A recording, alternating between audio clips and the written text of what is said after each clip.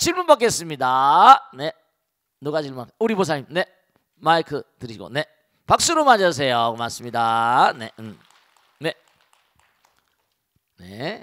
네, 스님 보현행입니다. 네, 네. 네, 서유기에 보면 삼장법사가 나오는데요. 네. 네, 실제로 중국의 유명한 역경가이기도 한 현장 법사를 모델로 한 것으로 알고 있는데, 그렇지. 그런 분이 어떻게 명나라에 때 만들어진 판타지 소설의 주인공이 되신지 네. 궁금합니다. 스님의 네. 말씀 듣고 싶습니다. 박수로 맞으세요. 네. 아, 재미난 질문인데요. 뭐냐면 이 당나라 현장 스님. 아, 정말로 그 금강경에 보면 현장 스님 뭐 번역도 있고 뭐 마하바냐 바라밀다 신경에 반야 신경에 얽힌 현장 스님 얘기도 있고, 이 현장 스님이 어떤 스님과니 굉장히 그 타고나기를 아주 영명하게 타고나셨나 봐요. 그리고 타고나기를 뭔가하니 사명을 가지고 타고나신 분이야. 이제 불교 공부를 하다 보니까 20대 때 불교 공부를 하다 보니까 아, 내가 부처님 나라에 가야겠구나. 그리고 부처님 나라에 가서 부처님 나라 말을 좀 알면, 왜냐하면 그 당시에 중국말로 번역된 경전이 거의 없는 거야. 별로 없고. 근데 공부를 하긴 해야 되겠는데, 그럼 차라리 우리가 유학 가는 거나 비슷하지. 차라리 인도에 유학을 가서 제대로 한번 공부를 해보자. 근데 워낙에 영명한 인물이니까 막 가지 말라고 나라에서도 그러고 막 그런 거예요. 그 유명한, 저도 인도 순례할 때 가봤는데 나란다 대학이라고 들어보셨죠? 세계 최고의 대학입니다. 이 대학. 그 당시에는 나란다 대학. 그 나란다 대학에 유학을 가려고 마음 먹고 중국을 떠난 거예요. 가다가 무슨 뭐 유명한 얘기 듣잖아. 어느 노승이 막 괴로운데 말이죠. 가다가 그냥 그 노승을 치료하느라고 고생하고 그랬더니 노승이 뭔가 선물로 준 게 반야신경인데, 네가 가다가 여러 가지 그 당나라 장안서부터 시작해가지고 이른바 인도까지 나란다까지 가려면 이게 보통 우리나라의 그 유명한 왕호 천축국전을 쓰신 분이 해초 스님인데요. 이분이 왕호 천축국전을 써서 지금도 그 국보잖아요. 국보. 왕호 천축국에 갔다 온 기록이에요. 근데 이 최초 스님은 나란다 대학 시험에 떨어진 거죠. 유학 시험을 받다 떨어진 거야. 다시 고국에 와서 그 책을 썼는데, 이 삼장법사 당나라 현장은 나란다 대학에 가가지고 합격을 해서 공부를 하게 된 거예요. 나란다 대학은 그 당시에 완전히 부처님 사상의 완전히 메카였으니까, 이슬람 12세기인가 이슬람들이 들어와 10세기인가 이슬람이 들어와가지고 나란다 대학을 불태우는데, 책이 하도 부처님 책이 많아가지고 8개월 10개월 동안을 다 불태웠대요. 그런 바람에 불교가 죽어버렸죠. 경전이 다 불타니까. 근데 어쨌든 간에 이 당나라 현장 스님은 가서 공부를 열심히 이제, 근데 나라에서 뭔가 아니 너무 영명한 인물이니까 혼자 가다 사고가 날 것 같으니까 40명을 붙여줬어요. 근데 40명이 너무 험한 길이다 보니까 가다 돌아가셨어. 자기만 남았어. 공부를 하고. 그래서 그분이 쓴 책이 대당서역기라는 거야. 유명한 책인데 중국에서도 아주 국보급입니다. 이게. 대당서역기. 서역은 인도잖아요. 그래서 가서 공부를 정말 출중한 사람이다 보니까 인도 말에 박통을 해가지고 중국에 많고 많은 경전을 가져와가지고 전부 다 번역 작업을 이분이 했어요. 그러니까 이 당나라 현장 삼장은 좌우지간에 우리나라에 누구라고 그럴까? 뭐 해초 스님 이상으로 중국 사람은 다 아는 스님이야. 왜냐면 불교의 아버지 같은, 번역의 아버지, 중국 불교화 시키는데 우선 당장 기독교인들도 기가 막힌 게 아펜셀라 언더도 강령이 나오지만 한국에 딱 들어가면 뭐라? 제일 처음에 했는 일이 뭐라? 성경을 번역하는 일이에요. 한글 성경. 가르쳐야 되니까 번역 작업이 중요한 거죠. 그 불교를 중국화 시키는데 번역 작업이라는 건 대단히 중요한 작업이고, 우선 중국말을 알아야 되잖아. 중국말도 알고 인도말도 알아야 되잖아요. 중국말을 안다더라도 인도말을 잘 알아야 되거든. 그래서 정말로 불교가 정말 중국 불교가 되는데 결정적인 어떤 공헌을 세우신 분입니다. 중요한 건 뭐냐면 이 당나라 현장이라는 스님은 워낙 이 이름이 많이 이렇게 중국 사람들한테 이렇게 알려진 스님이다 보니까 그 서유기를 쓴 소설가가 이 스님을 오래됐거든. 당나라 시대가 당송 원명청이잖아. 명나라 때란 말이야. 워낙에 오래됐거든. 그러니까 이 스님을 등장을 시키면 이른바 말하면 시장성이 있겠다. 마케팅을 볼 때 워낙 이 스님이 유명한 스님이니까 현장 스님을 모든 게 그죠? 손바닥 속에 있는 거잖아. 현장 스님 희화시키기도 하고 친근한 스님으로 난 뭐 나쁘게 보지 않습니다. 그래가지고 대당서역기나 해가지고 모험심, 탐험심 같은 거 그 스님의 어떤 능력 어떤 때 보면 좀 스님을 또 이렇게 희화시킨 것도 있고 막 그래가지고 좀 요즘에 그 현장 3장 해가지고 손오공 같은 거 영화로 많이 만들었잖아. 손오공은 영원한 건 태제니까 휙휙 날아다니면서 만화 영화 소재로는 완전히 왔다지. 완전히 왔다지. 손오공이 뭐 저팔계 해가지고 말이야 뭐 삼장법사 해가지고 그러니까 판타지 같은 그런 소설에 말이지 현장법사를 딱 등장하니까 현장법사가 만약에 그냥 번역자로만 남아있고 이 불경 속에만 남아있으면 아마 현장법사가 그렇게 유명해지지 않았을지도 모릅니다. 역사 속에 묻힌 사람이 얼마나 많아. 근데 손오공에 등장을 하면서 더 유명해졌는지 모르지. 그러면서 또 뭔가 아니 경륜론 3장에 해박한 그런 스님. 그러니까 뭔가 그런데 딱 등장을 시켜가지고 여러 가지로 재미나게 그 소설을 풀어간 거죠. 그래서 우리가 몸과 마음을 다해서 정말로 부처님을 생활하고 한 사람 한 사람 일당백을 해야 돼. 스님들이 못하시는 걸 여러분들이 하셔야 된다. 아시겠죠? 자, 다음 질문 받겠습니다. 네. 네. 박수로 맞으세요. 네. 안녕하세요. 저는 법등행입니다. 네. 스님의 좋은 말씀 항상 가슴 깊이 새겨 듣고 있습니다. 고맙습니다. 네, 질문 하나 하겠는데요. 네. 스님 요즘에 손주병이라는 말이 그렇습니다. 하고 있는데요. 그 맞벌이하는 부부들이 점점 늘어나면서 그 할머니 할아버지께서 손주들을 봐주시느라고 네. 다리도 아프시고 허리도 아프시고 이제 퇴행성 관절염이 많이들 생기시는데요. 그렇습니다. 그렇다고 안 봐줄 수도 없고 하니까 그럴 때는 어떻게 잘 건강하게 극복할 수 있는지 큰 스님의 말씀을 청해 듣고 싶습니다. 박수로 맞으세요. 우리 업당에 나오신 보살님에게 하나 했구나. 손주가 처음엔 이뻐가지고요. 손주가 이쁘잖아. 그 아들 녀석이 뭔고 하니 직장에 다니는데 며느리도 또 뭔고 하니 직업을 가지고 있어요. 좀 봐달라고 시어머니 그래가지고 이제 이쁘기도 하고 봤는데 이 아이가 하도 사막에 뛰어다니니까 아직 어린이집에 보낼 만한 나이가 아니고 그러니까 이게 나이가 드시면 잘못 움직이면 삐끗하잖아. 그럼 막 허리가 막 통증이 오고 막 아까 말씀드린 퇴행성 관절 나이가 드시면 또 관절이 또 이상이 오거든. 그래서 도저히 안 되겠어 가지고 야 애미가 손주 이뻐서 정말 한데 도저히 안 돼서 내가 병이 나겠다. 그래 가지고 도로 돌려줬다. 돌로 그랬대. 돌려줬다는 말이 이상하지만 가서 도저히 내가 병이 나서 안 되겠다. 그런 분이 계신데 보내면서 미안하기도 하더랍니다. 저것들이 살긴 사는데 어떻게 하면 좋을까? 그래 가지고 자기 남편하고 해서 너희들이 부족하면 그래 가지고 이제 뭘 둬가지고 파출불 둬가지고 뭐 돈을 주고 근데 너희들 내고 우리도 좀 부담하겠다. 손주 키우는데 그랬답니다. 아버지가 그랬는데 자기 남편이 엄마 죽이겠다고.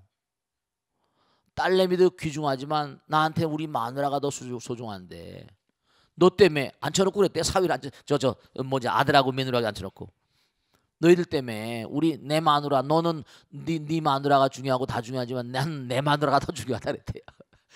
내 마누라가 아파가지고 너 안 되겠다. 아무리 손주가 이쁘다 하더라도 그랬다는 겁니다. 그런데 참 이게 문제가 파출부도 문제거든요. 파출부는 남남이잖아요. 그래도 손주는 뭐라 이게 어렸을 때 있잖아요. 굉장히 중요합니다. 많이 안아줘야 되거든. 아까도 몽관이 하나가 되라고 했잖아요. 자꾸만 안아줘야 돼. 안아줘야지 뭔가 하니 그게 하나가 되니까 하나의 기운이 싹트고 사랑의 힘이 자꾸만 아이들의 유전자에 전달되는 거예요. 그런 게 있습니다. 여러분 진짜 중요한 게 있는데 제가 요전에 임없이 문장 그 손고사 얘기했지만 뭐냐면 나무도 말이죠. 자꾸만 이쁘다 이쁘다 하고 뭐죠? 쓰다듬어주면 나무가 더 잘 자란대요. 묘목을 키울 때. 루터 버뱅크라고 있지 유명한 그 가시 없는 장미 아세요? 가시 없는 장미 알죠? 그 루터 버뱅크라는 식물학자가 있었어요. 근데 이 사람도 뭔가 하니 하도 식물을 다루다 보니까 마음이 뭔가 식물하고 통하는 걸 깨달은 거야. 아우 참 웃기는 거죠. 그 식물학자들도 하도 식물을 다루다 보면 그걸 알게 되나 봐. 근데 가시가 장미는 이쁘긴 하지만 가시가 있거든. 그래서 이거 가시가 좀 그 장미는 이쁘지만 그 가시가 지금 찔리면 또 아프잖아. 그래서 한번 실험을 해본 겁니다. 너는 말이야 내가 보호해주니까 가시가 필요 없잖아. 가시가 자꾸만 나니까 너 많은 사람들이 환영을 못 받잖아. 그리고 계속해서 뭔 거 아니에요. 장미하고 대화를 했다는 겁니다. 이 루터 버뱅크 유명한 얘기입니다. 그래가지고 결국은 뭐냐면 너무 웃기는 게 진짜 가시 없는 장미가 나온 거예요. 지금도 가시 없는 장미 있잖아요. 그래 안 그래요? 장미들 가시 없지 그지? 그 종자를 해가지고 어마어마한 돈을 벌어버린 겁니다. 가시 없는 장미를. 왜냐면 원예 산업도 있는 거든. 중요한 건 말씀이죠. 마음은 악한 말씀 무제부제고 시방목전이 우주가 다 하나로 통하는 거야. 식물을 통해.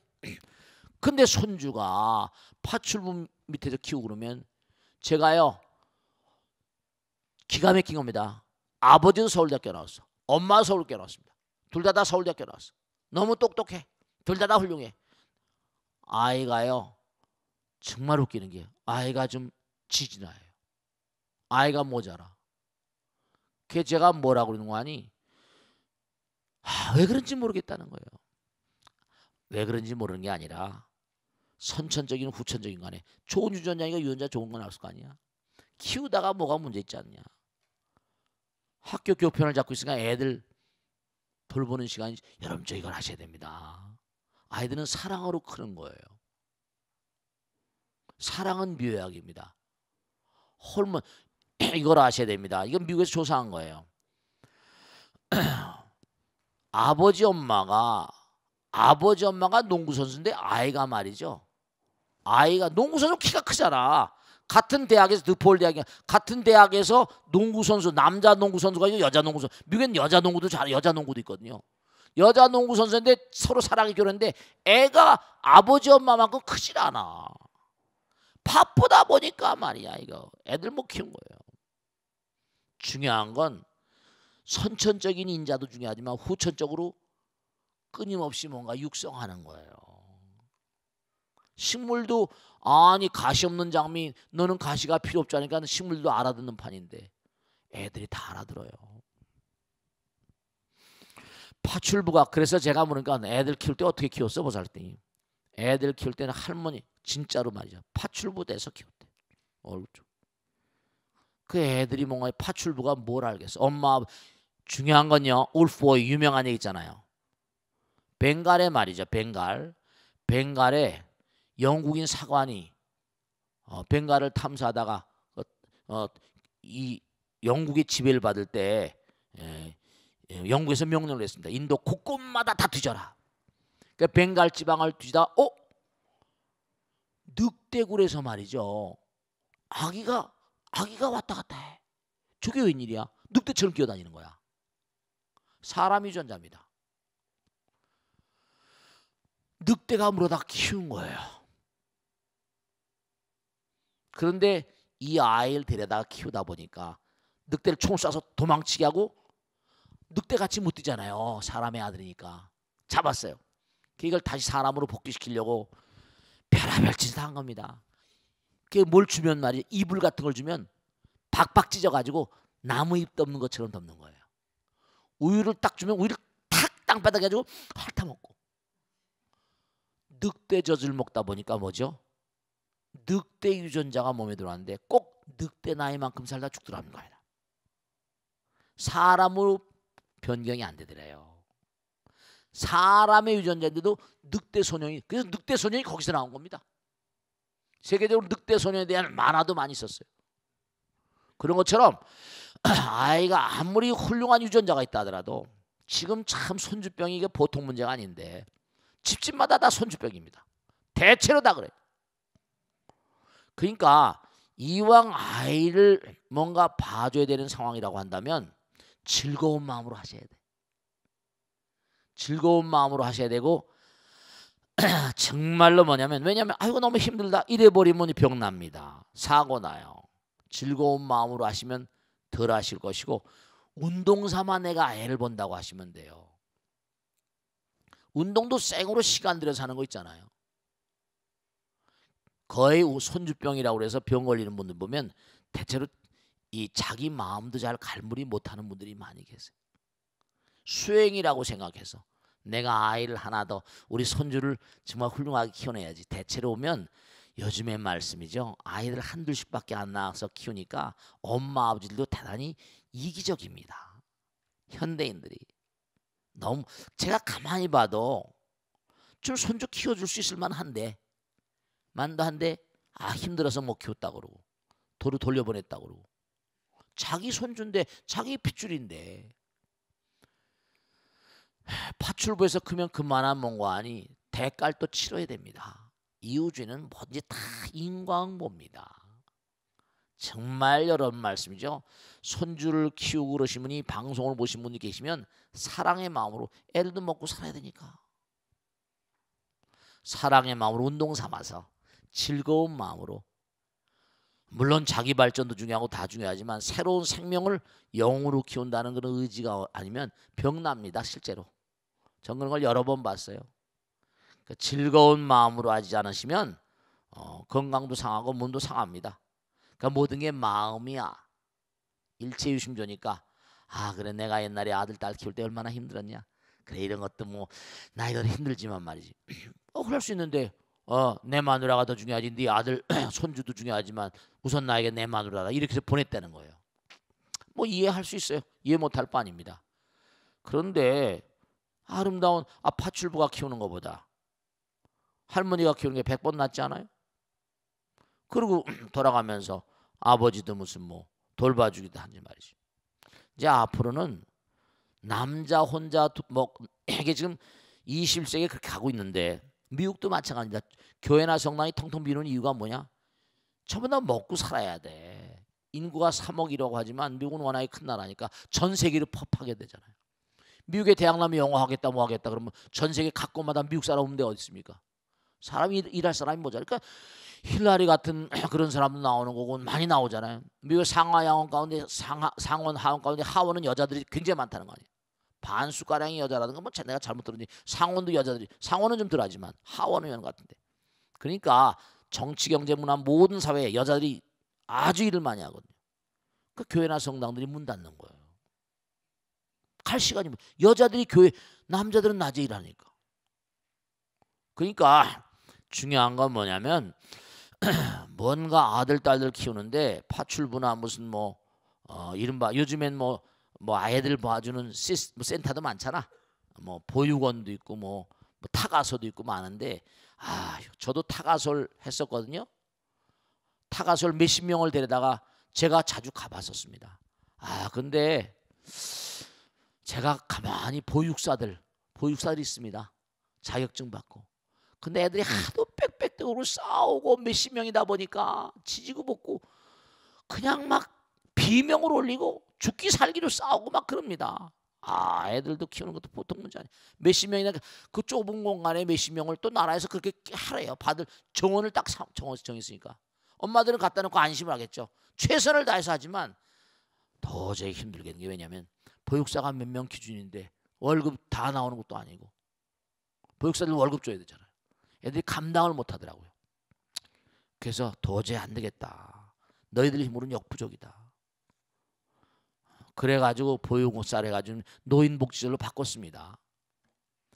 근데 분명히 말씀드리겠는데 이제 앞으로 사회 세태가 변해갑니다. 그래서 여러분들이 정말 안타까운 게 하나 있는데, 아이를 하나씩밖에 안 나니까 아이를 여럿 낳게 되면 수명이 감하는 거거든요. 자기 체력이 아이를 여럿 낳으니까 힘들고 하니까 수명이 감할 수밖에. 하나씩밖에 안 나고 둘씩밖에 하니까 건강에 관심이 많으니까 장수할 겁니다. 근데도 손주나 이런 거 보는 거 힘들다고 말하는 사람이 한둘이 아닌데 너무 편안하게 살려고 하는 게 아니지 그렇게 생각이 듭니다. 그러니까 우리 한국도 이제 앞으로 2020년인가 30년이 되면요 노동인구가 50대 이상이 반이 됩니다. 아이들 숫자가 점점 줄어듭니다. 이제 앞으로 아이들이 점점 줄어드는데 이게 보통 문제가 아니에요. 아이들이 점점 아이를 낳지 않습니다. 키우기 힘드니까. 노동인구가 격감돼 버리고 젊은 애들이 안 나오고 하면은 그러니까 여러분이 엄마 이른바 말하면 할아버지 할머니가 돼서 손주들이라도 좀 잘 봐주는 그런 게 애국애족하는 길입니다. 괜히 파출부 파출부도 월급 받고 좋겠죠. 근데 내 아들 내 손주 같겠어요.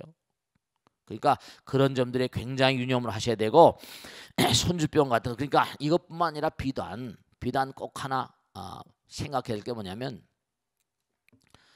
제가 언젠가 말씀했지만 덴마크겠죠. 덴마크 달가스 얘기했죠. 덴마크 얘기. 이슬람 같은 것도 마찬가지입니다. 정말로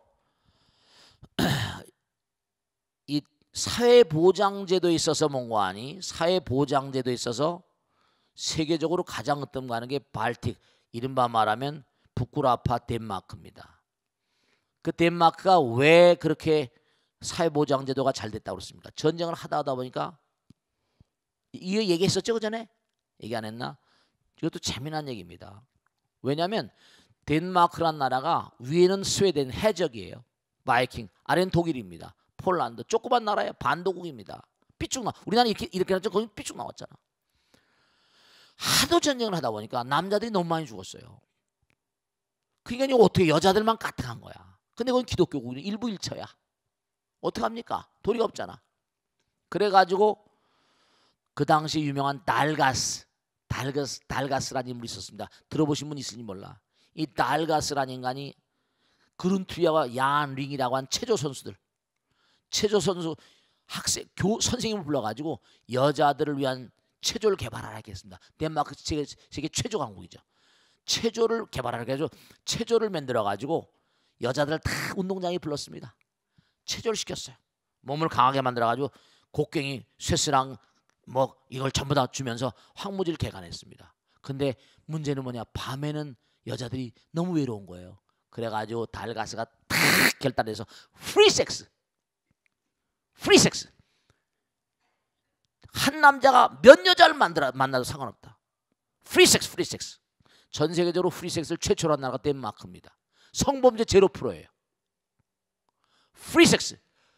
그러고 난 다음에 어떠냐? 황무지에서 개간해서 곡식이 나오잖아요. 딱 나라에서 가지고 배급을 해주는 겁니다. 배급량을 딱딱 주는 거. 그 다음에 어떤 거 아니? 배급량을 준 다음에 배급을 줄 때마다 성병 검사를 철저히 했습니다. 성병이 만연하면 안 되니까 성병 검사를 철저히 해가지고 성병인 사람 격리시켜가지고 치료해서 내보내고 해가지고 성병 검사를 철저히 해서 한 세대인가 두 세대 만에 인구비가 비슷해졌습니다. 달가스가 그리 덴마크가 애들 낳는 건 누구인지 모르잖아요. 여자 이름으로 하든 남자 이름 상관없이 해가지고 나라에서 다 키워줬습니다. 일을 시켜야 되니까 인구가 없으니까 타가수에서 그래서 소셜 웰페어 사회보장제도가 스타트된 겁니다. 부쿠라파에 from cradle to grave from cradle 뭐냐? 요람에서부터 무덤까지 사회복지상이죠. from cradle to grave from to tomb um은 또 뭐죠? 자궁서부터 무덤까지 툼은 grave도 무덤이고 툼도 무덤 아니야. from to tomb from cradle to grave 그래가지고 완전히 나라에서 다 키워주고 누구 애들인지 모르니까 그 보육사들이 뭐죠? 자기들도 아이를 낳는 겁니다. 그럼 이게 누구 아들인지 모르면서 그냥 키워주는 거예요. 그런 정성으로 그에 반해서 또 중요한 게 뭐냐? 그에 반해서 중요한 게 이슬람입니다. 전쟁을 너무 많이 했어. 남자들이 다 죽었어. 아크바르 2세 때가 술탄 누구 때야? 칼리프 때 보면 인구비를 조사하니까 한 사람이 4명을 여자를 취하자면 안 돼. 그래가지고 결국은 뭐냐면 칙령을 때린 겁니다. 거긴 일부 일처제가 아니잖아. 이슬람이니까. 한 남자 무조건 4명 이상의 여자를 취하라. 칙령을 때려가지고 인구비를 맞췄다는 겁니다. 그런 정책도 그 한 남자가 4명 이상의 여자를 취하니까 그런 거예요. 그러니까 결국 뭐냐? 그래가지고 애들을 키우는데 엄마 아버지의 정성 같은 게 들어가는 거죠. 우리나라도 뭔가 획기적인 어떤 그런 시스템이 필요한 시대로 점점 접어들고 있습니다. 아시겠죠? 자, 질문 받겠습니다. 네, 우리 검사님 마이크 드리세요. 네, 질문 받겠습니다. 네, 박수로 맞으세요. 크게. 자, 씩씩하게 해보세요. 네,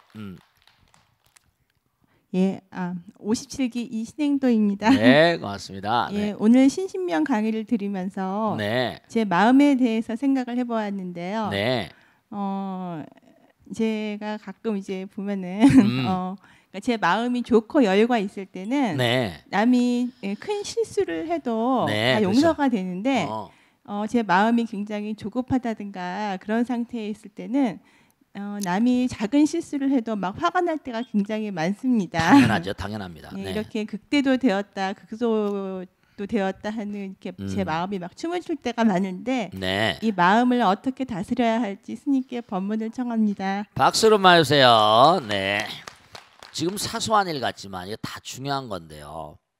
마음이 여유로울 때는 상대방을 쉽게 관용하고 용서하고 이해할 수 있어요. 내 마음이 넓으니까 지금 중요한 거예요. 근데 내가 막 어떤데 막 몰리고 짜증나고 막 이러면 조그만 것도 막 큰 소리가 나고 그러잖아요. 자, 이걸 좀 우리가 좀 진지하게 생각해 볼 거예요. 뭐냐면 꼭 생각하셔야 돼요. 뭐냐면 여러분들이 그래서 지금 비단 매일매일의 삶을 살아갈 때 뭔가 상대방과 부딪히면서 이러저런 일이 일어나잖아요. 그죠? 근데 이걸 점점 확대해 보면요. 정말로 우리가 살아가다 보면 잘 나갈 때가 있고 몰릴 때가 있거든요. 그렇습니까? 그렇습니까? 지금 상대방을 대해서 내가 지금 기분이 좋으면 용서를 하다가도 기분이 나쁘고 하면 뭐라 짜증나고 화나고 막 이러잖아요. 그죠? 이게 비단 하루의 문제가 아니라 내가 뭔가 평상시에 수행을 하거나 수양을 하거나 기도를 하는 마음이 돼버리면 어떤 일이 벌어지더라도 부처님 말씀 듣고 하다 보면 이겨내면 되지 이렇게 되는 거예요. 여유로워지잖아요. 근데 사람이 막 몰리다 보면 수행이 안 됐으면 되죠. 절망을 하게 되고 절망은 죽음에 이르는 병입니다. 자살하게 되고 이 사람 뭔가니 평상시에 수행이 안 되고 극기복내 수양이 안 된 거죠. 사람은요 일념즉시무량겁 이런 말씀드렸지만 정말 참 중요한 게 한순간에 영혼이 들어있습니다. 과거에 내가 어떻게 살았는가, 또 내가 미래를 어떻게 조망하는가. 지금 우리가 이렇게 공부를 하거나 이 순간에도 뭔가하니 지광이라는 스님이 뭔가하니 과거에 공부한 것과 과거 생에 내가 체험한 것과 그리고 또 부처님께서 말씀하신 이른바 말하면 부처님 말씀대로 산 사람의 미래랄까 또 어떻게 잘 되고 못 되는 거, 이게 지금 말씀드리면서도 이 순간에 영혼이 들어있는 거예요. 그러니까 여러분이 살아가다가 매양 말이죠. 중요한 겁니다. 그 에이하합 선장, 제가 모비딕 백경이라는 소설 있죠. 백경? 누가 쓴 소설인지 기억을 잘 안 나는데 그 백경이라는 소설 모비딕 백경이라는 소설에서 보면 그때 에이하합 선장이잖아요. 탁월한 항해사는 폭풍과 키우는 거야. 탁월한 항해사는 폭풍과 키운다는 거예요. 살아가면서 어려운 일이 딱 벌어질 땐 이게 나의 그릇을 시험하는 테스트 케이스구나. 이렇게 생각할 수 있어야지 그 사람은 수양하는 사람입니다. 그 사람은 수행해온 사람이에요. 그 사람은 가능성 있는 사람입니다. 비바람 폭풍과 탁월한 항해사를 키우는 법입니다. 그러니까 어려운 점이 딱 닥쳐올 때 그때 뭔가 그 상황에 대한 판단을 잘해야 돼요. 탁월한 인간들은 고통이 키우는 겁니다. 똑같은 얘기예요. 그러니까 우리가 어떤 상황이 잘 나갈 때, 그러니까 유명한 있잖아요. 너무 순경에서 희희낙낙한 자는 역경에서 운다. 유명한 뭐 영어의 잠언도 있잖아요. 그죠? 정말로 정말로 순경이나 역경이나 바로 이 신신명이 그런 거예요. 어려울 때나 뭔가 괴로울 때나 마음이 딱 치우치지 말고 딱 중도를 가라. 중도의 길을 가라. 괴롭다고 너무 슬퍼하지 말고 또 즐겁다고 너무 희낙낙하지 말고 지도 눈문 아니나 뭐라 염 간택이리요 단막증이 안 뭐라 통연명백하리라. 이게 지금 너무 멋진 얘기예요. 그러니까 바로 이 중도의 어떤 도리는 수행의 도리 같은 거거든요. 무슨 말씀이 알겠죠? 흔들리지 않는 거예요. 지금도 뭐라 했죠? 내가 마음이 여유로우면 이해하다가도 마음이 여유롭지 않으면 뭐죠? 이해 못하다. 이거 치우치니까. 어떤 아주 치우쳐버리니까 사람이 그냥 거기에 휩쓸려 가버리거든요. 딱 중심을 잡으려면 이게 수행을 통해서 힘을 길러야 된다니까요. 여러분 그 옛날에 그저 뭡니까? 어떤 영화에 보니까 그저 밧줄 걸어놓고 이 공마단에 그 밧줄 타고 하는 거 보셨죠? 그때 누구야? 그 영화 배우 이중기인가 누구 있었잖아. 왕의 남자 맞았어. 밧줄을 타고 하는 게 그게 보통 수련해가지고 안 돼. 떨어집니다. 떨어져요. 다쳐요. 밧줄을 타고 외길을 쫙 가잖아요. 이게 작은 일이 아니. 엄청 수행을 해야 됩니다. 중도의 길을 간다는 건 수행의 중도가 정도거든요. 어디 치우치지 않는 사람만이 멀리 가는 거예요. 치우치면 쓰러져 버려. 내가 이때 치우치면 안 되지. 딱 이렇게. 그게 여유 작작. 그게 진짜 수행인 거예요. 세상 살아가다 보면요, 정말 인생사가 새옹지마입니다. 마냥 좋은 일만 있을 수가 없어요. 특히 중요한 건 잘 나가는 사람일수록 조심해야 됩니다. 잘 나가는 사람일수록 이거 정신 차려야지. 보세요. 항상 정권이 바뀔 때마다 뭐 비선 실세가 계속 나왔잖아요. MB 때도 그렇고 또 누구 때도 그렇고 노무현 선생 때 계속 있었잖아요. 김영삼 선생 때 아들이 있다 뭐 아들 다 영창 끌려 들어가고 뭐 만사 형통 형님 끌려 들어가고 무슨 뭐 다 끌려져. 왜냐? 정권을 잡고 있는 사람은 그 나라를 휘두르니까 어마어마한 일들을 다 결제를 내리잖아요. 어떻게 하면 뭔가 그렇죠. 그러니 저 사람을 잡으면 뭐 좀 뭔가 일이 잘 풀리지 않을까? 얼마나 유혹이 많겠어요. 얼마나 유혹이 많겠습니까? 만들어내는 거예요. 주변 그 사람들이 문제는 주변 사람이 이렇게 만들어요. 저는 그걸 좀 알거든요.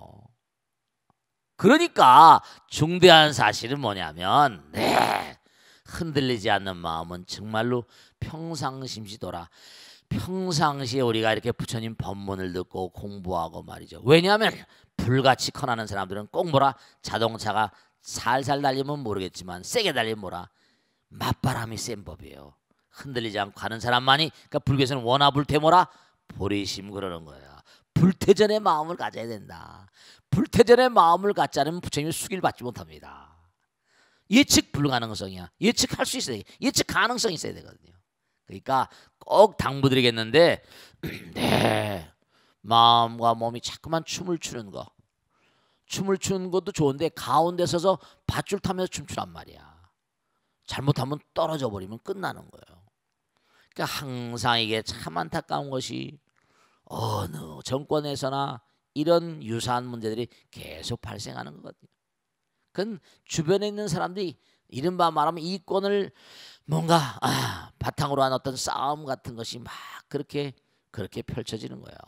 아시겠죠? 그러니까 항상 뭐라 흔들리지 않고 누가 공격을 하거나 하면 내가 스타가 됐구나 이렇게 생각하고 내가 관심의 대상이 됐구나 내가 스타가 됐구나. 그러니까 사회는 뭐냐면 항상 노력하면 스타를 만들어 놓고 또 쓰러뜨려 버리고 또 다른 소모품 스타는 소모품 같은 거예요. 그러니까 너무 잘 나갈 때 조심하셔야 되거든요. 저희가 고지인데 고지까지 가려면 서서 가면 총 맞아 죽거든. 어떻게 돼요? 딱 포복하고 남이 알세라. 요즘엔 또 SNS 이런 게 있어가지고 한번 정말 잘못되면 정말 뭐죠? 큰일 나잖아요. 그냥 악플 달리고 그러니까 영화 배우도 막 죽고 막 그러잖아.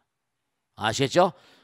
정말로 수행이 중요합니다. 평상시에 이렇게 공부하는 게 너무 중요하고 정말 수행하는 게 중요합니다. 자, 다음 질문 받겠습니다. 다음 질문. 네, 우리 보사님, 네, 박수로 맞아주세요. 네, 네, 안녕하세요. 네. 저기 반야지라고 합니다. 네, 지금 정부 시책이 정부에서 그 담배값 인상을 발표를 하면서 네, 애연가들이 좀 네. 한숨을 쉬고 있는데요. 네, 그 담배를 끊는다고 새해 많은 이제 그 결심을 하고 네.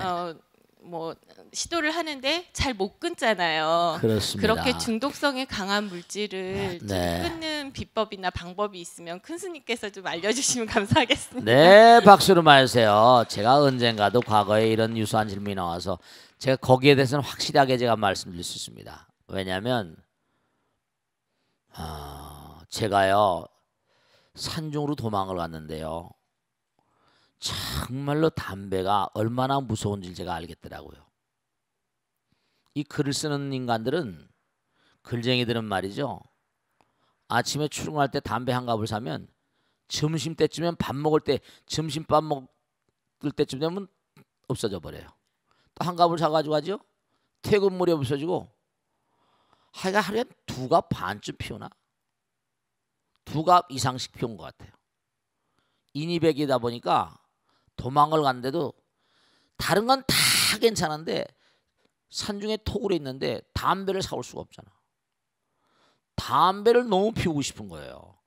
그래가지고 등산객 다니는 길, 10만이 다니는 길 가면서 꽁추 주워 피우려고 엉금엉금 기어 내려와서 꽁추 찾던 그런 기억이 새롭습니다. 그때 제가 펄떡, 제가 저 자신에 물어봤어요. 야, 이 녀석아, 이렇게 깊은 산중에까지 와가지고 꽁추를 찾으러 다니는데 인생이 한심스럽다.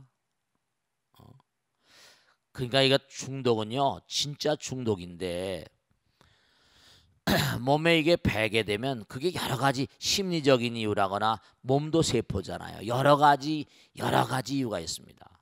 근데 중독될 때까지는 시간이 많이 쌓인 거예요.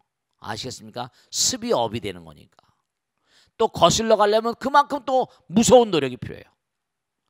제가 퍼떡 이 깊은 산중에까지 와가지고 이렇게 어슬렁어슬렁 다니고 이러는데 너 이게 인간으로서 네가 네 자신을 어떻게 판단하냐? 제가 저 자신에게 모진 마음 가운데 매를 쳤다니까요. 너 다음서부터 절대로 이러지 말아라. 너무 추하지 않냐? 추하지 않냐? 그랬더니 그게 말이죠, 저 자신과의 싸움 같은 거야. 그러니까 이 담배 애연가들은 말씀이죠. 이거 정말로 담배라는 걸 안 필 수가 없잖아요. 이 정말 담배 피우는 분들, 중독이 된 분들은 말이야, 니코틴도 그 강한 그런 중독성을 가지고 있으니까. 그리고 또 담배를 피우고 있으면요, 스트레스가 해소되는 것 같은 느낌이 강합니다. 담배 연기처럼 인생은 뭐라, 나그네 길, 뭐 연기처럼 왔다 가는 거니까 뭔가 말 뭉게뭉게 날아가는 말이죠. 시름도 날아가는 것 같아. 그 심리적인 효과도 큰 거거든요. 어떤 분은 그러시더라고요. 에이, 몇 년 빨리 죽지 뭐. 몇 년 죽는 거 뭐 상관이냐. 지금 당장 좋으면 되지. 뭐 그런 사람들 있어요. 그 오야 마음이니까. 근데 중요한 거는 뭐냐. 이게 담배라는 게 예전에 우리가 제가 젊었을 때 한 40년 전 그때만 하더라도 담배가 그래 지금은 암이 너무 많잖아. 폐암도 너무나 많아. 근데 그 당시만 하더라도요, 암이 지금처럼 이렇게 무슨 이렇게 다반사리로 하고 그러지 않았었습니다. 40년 전, 30년, 40년 전이구나. 꼭 40년 전. 그러니까 그 당시 뭐 암이 뭐 발암 물질이 몇 가지고 뭐 이런 게 안 나는데 지금은 제가 알고 있기로도 발암 물질이 뭐죠? 담배 뭐 옛날에 46종이라니 60몇 종이라고 또 나오더라고. 그러니까 정말로 좋지 않습니다. 왜냐하면 이게 공기도 나쁜 데다가 거기다가 그 발암 물질을 폐라는 게요. 여러분, 제가 그 폐암 걸린 사람 그 폐를 사진 찍은 걸 본 적 있거든요. 왜냐하면 허파라는 게요. 이 허파라는 게 페포라고 해서 허파과리가 있거든요. 딱 호흡을 하게 되면 허파과리가 포도알처럼 커집니다. 그 포도알처럼 커지는 이 허파과리가 그 표면적을 다 더하면 이 겉체 표면적의 50배 가량 됩니다. 굉장히 중요한 거예요. 맑은 공기를 집어넣어야 됩니다. 왜냐? 우리 몸이라는 건 공기가 없으면 살 수가 없잖아요.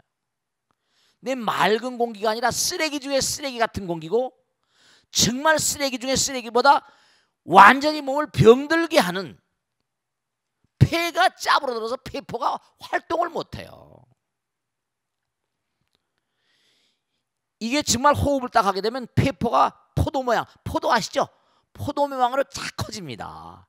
그 표면적이 몸의 50배가량 된다는 건 이 부처님께서 어마어마하게 이게 소중한 거고, 그만큼 산소가 필요하고 공기가 필요하고, 그러니까 그걸 폐포를 그렇게 표면적을 넣겠죠. 당장 차크라 기도를 하든지 해가지고 심호흡을 짧게 하다가 심호흡을 딱 해서 하면 머리가 당장 한 15분 20분 하도 머리가 당장 맑아져 버립니다. 그만큼 공기가 중요한 거예요. 거기다가 몇십 년 전보다 지금은요, 허공주의 산소의 농도가 당시엔 30 몇 프로인데 지금 뭐라? 20 몇 프로랍니다. 산소의 농도가 현저히 떨어졌어요. 호흡을 하더라도 옛날만큼 산소가 안 들어갑니다. 예를 들어 산소를 말씀드린 거예요. 물론 산소가 다가 아닙니다만은 허공 가운데 산소 이상의 생명의 기운이라고 하는 그 기가 엄청 들어있어요. 생기, 프라나마야. 인도 철학에는 프라나라고 부르는데 생명의 활기를 주는 거예요. 그러니까 산소만이 아니에요. 허공에 우리 몸에 필요한 모든 미량의 원소들이 호흡을 통해 같이 들어갑니다. 그러니까 이게 사실은 중독 상태에 있는 이런 분들은 정말로 자기 인생이, 저는 그분들에게 이런 말씀하고 싶어요. 뭐냐? 답답하고 안타깝다. 근데 그래서 몽롱한 기운으로 이 문제를 풀어가는 게 네 인생에 득이 될 것이냐, 아니면 맑은 정신과 맑은 건강으로 인생에 대해서 뭔가 정말 진지한 자세로 임할 것인가. 담배를 피면 당장 핑하거든요. 묘한 느낌을 갖습니다. 이 니코틴 중독이라는 게 사실은 다른 모든 알코올 중독이라거나, 이게 또 하나 중요한 게 하나 있는데요. 이 중독성이라는 중독성, 술이라거나 혹은 뭐 알코올이라거나 니코틴이라거나 또 뭐 섹스 중독이라는 것도 있지. 이런 게 전부 다 뭐냐면요, 이걸 아셔야 된다. 그런 어떤 그런 그 중독성에 빠지는 분들 보면요, 전부 다 강한, 이른바 말하면 제가 말씀드렸잖아요. 그러니까 미국에서 알코올이라거나 이런 섹스 중독이라거나 담배도 마찬가지지만 그런 중독된 환자들을 모아가지고는 수용소가 있어가지고, 수용소라기보다 보호시설에서 그 뭐죠, 타이거 우즈도 옛날에 섹스 중독에서 거기 들어갔다가 나왔다 그러잖아요. 이른바 금단 지역이 있어요. 거기 들어가서 이른바 말하는 일정한 기간 동안 끊는 겁니다. 일정한 기간 동안 접하지 않는 거예요. 근데 보편적인 사람도 그렇지만 심적 난파요 산적 이파라냐, 부처님 말씀에 왕양론으로는 얘기했지만, 그 자기 마음 바깥에 있는 많은 그런 적들은 연합을 하면 이길 수도 있을지 모르겠지만 자기 내면에 있는 적은 뭐라, 이기가 쉽지 않거든요. 그래서 결국 그런 사람은 꾸준히 자기 템퍼런스, 자기 절제, 자기 억제, 수행이 굉장히 중요합니다. 그래서 딱 산중에 들어가서 처음에 그러니 탁 모질게 마음 놓으니까 진짜 어느 순간에 꼴도 보기 싫대요. 얼마든지 이길 수 있는 거랑을 제가 확신해서 말씀드립니다. 아시겠죠? 자, 오늘 여기서 끝내겠습니다. 모두 성불하셔서 감사합니다. 고맙습니다. 네, 감사합니다. 네.